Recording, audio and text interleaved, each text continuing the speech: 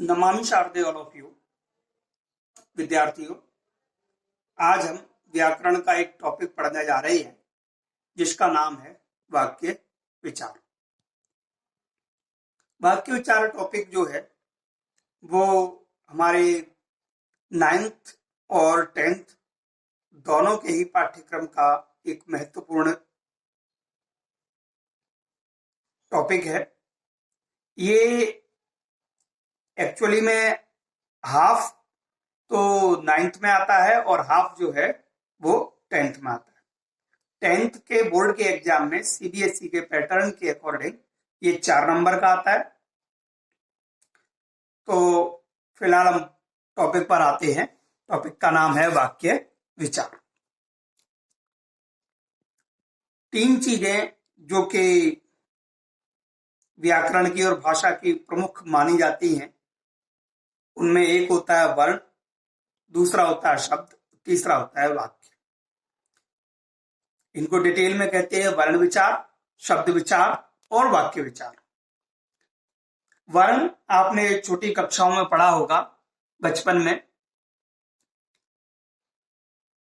भाषा की वह सबसे छोटी इकाई जिसके टुकड़े नहीं किए जा सकते वर्ण कहलाती है। यानी भाषा की वह सबसे छोटी इकाई जिसके टुकड़े नहीं किए जा सकते हैं उसे वर्ण कहते हैं, या ध्वनि। भाषा की वह सबसे छोटी ध्वनि जिसके टुकड़े नहीं किए जा सकते वर्ण कहलाती है। दूसरा है शब्द।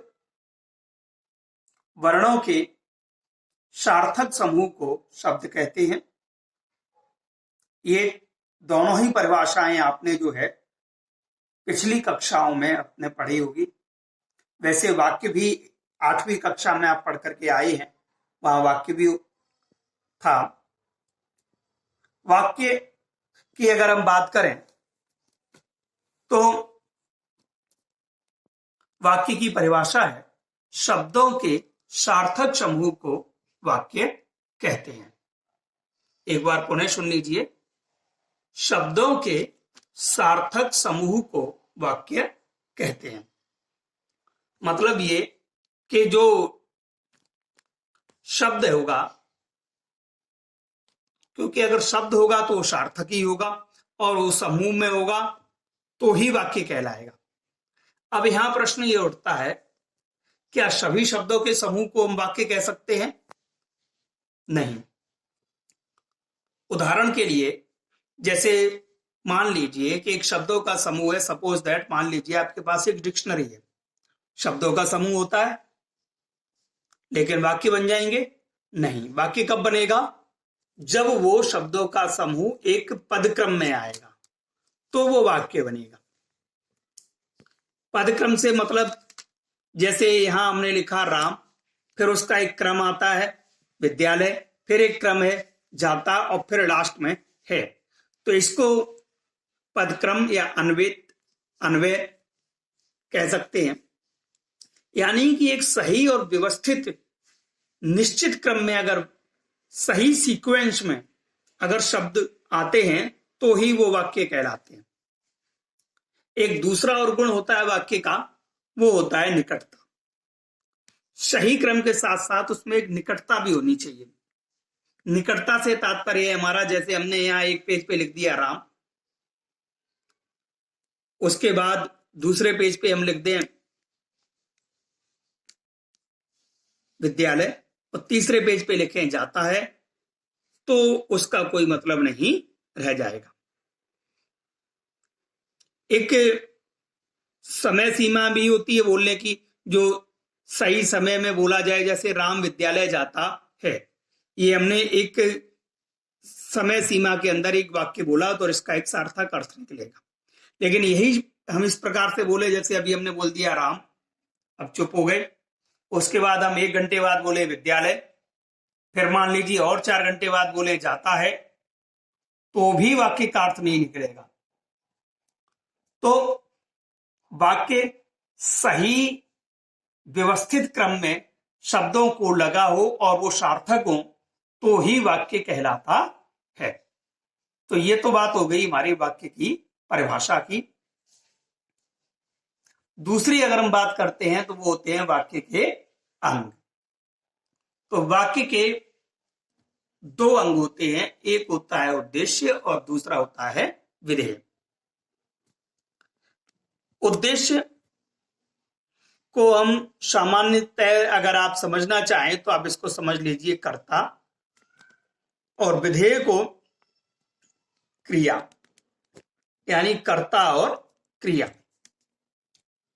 परिभाषा क्या होती है उद्देश्य की? जिसके संबंध में कुछ कहा जाता है उसे हम उद्देश्य कहते हैं। वापस सुन लीजिए, जिसके संबंध में कुछ कहा जाता है उसे उद्देश्य कहते हैं। जैसे ये ऊपर एक वाक्य था, राम विद्यालय जाता है, तो किसके संबंध में कहा जा रहा है यहां? राम के। तो राम हमारा क्या है? उद्देश्य। और उद्देश्य के संबंध में जो कुछ कहा जाता है वो कहलाता है विधेय। विधेय यानी कि क्रिया। जैसे सपोज दैट लड़के खेल रहे हैं, एक उदाहरण हम यहां लिखेंगे, लड़के खेल रहे हैं। तो उद्देश्य के संबंध में, किसके संबंध में? उद्देश्य। उद्देश्य कौन है यहां? लड़के क्या कर रहे हैं? खेल रहे हैं। तो उद्देश्य से संबंधित ये जो वाक्य कहा जा रहा है ये कहलाएगा हमारा विधेय। तो इस प्रकार से वाक्य के दो अंग होते हैं, एक होता है उद्देश्य और एक होता है विधेय। उद्देश्य यानी जिसके संबंध में कुछ कहा जाता है उसे हम उद्देश्य कहते हैं, और विधेय यानी उद्देश्य के संबंध, उद्देश्य यानी कर्ता। उद्देश्य यानी क्या हुआ? कर्ता। तो कर्ता के संबंध में जो कुछ कहा जाता है वो कहलाता है विधेय। तो इस प्रकार से जो हमने दो चीजें आज क्लियर हुई कि वाक्य के दो अंग होते हैं, एक उद्देश्य और एक विधेय, और एक हुई वाक्य की डेफिनेशन, वाक्य का अर्थ। ये चीज जो है आज यहां पर के हमने अभी क्लियर की। नेक्स्ट, वाक्य के भेद।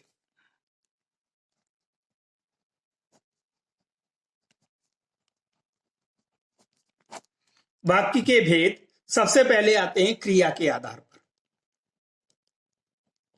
क्रिया के आधार पर वाक्य के भेद।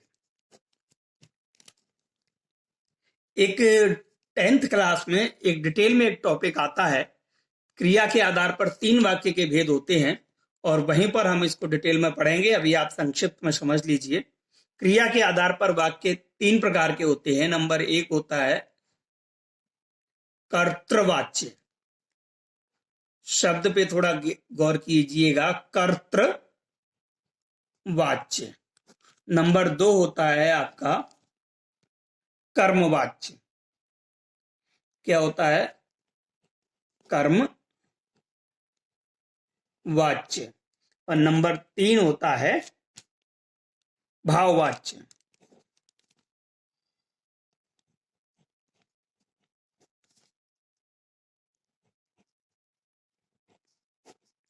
ये तीनों ही 10th क्लास के अंदर एक अलग से टॉपिक है, वाच्य, और वहां पर जो है डिटेल में हम इसको पढ़ेंगे। फिलहाल आप इतना समझ लीजिए, जब क्रिया कर्ता के अनुसार आती है तो उसे कर्तवाच्य कहते हैं, जब क्रिया कर्म के अनुसार आती है तो उसे कर्मवाच्य कहते हैं, और जब क्रिया भाव के आधार पर आती है तो उसे भाववाच्य कहते हैं। यानी क्रिया के अकॉर्डिंग है। और ऊपर हमारा हेडिंग भी है, क्रिया के अनुसार वाक्य के भेद। तो क्रिया के अकॉर्डिंग 3 भेद होते हैं, कर्तवाच्य, कर्मवाच्य और भाववाच्य। क्रिया कर्ता के अनुसार आएगी तो कर्तवाच्य, क्रिया कर्म के अनुसार आएगी कर्मवाच्य, और क्रिया भाव के अनुसार आएगी भाववाच्य। यानी क्रिया किसके अनुसार आती है वही हमारा वाच्य बन जाता है।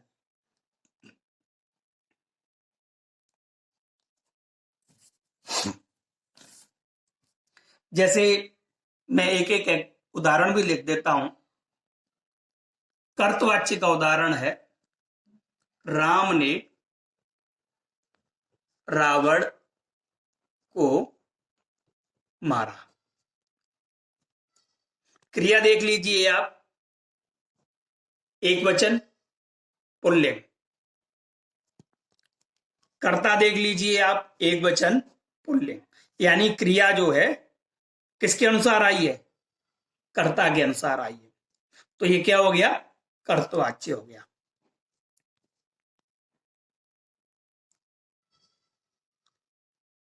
दूसरा, इसी को अगर हम बना लें, रावण मारा गया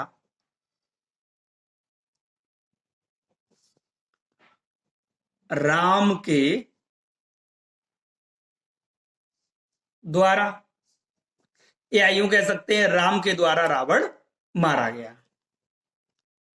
रावण इसलिए हमने आगे लिख दिया था ताकि आपको ये पता चल जाए कि हम कर्म को जो है कर्ता के स्थान पे ला रहे हैं, ताकि आपको ये पता चल जाए कि हमने कर्म को जो है उसको यहां से इधर कर दिया है।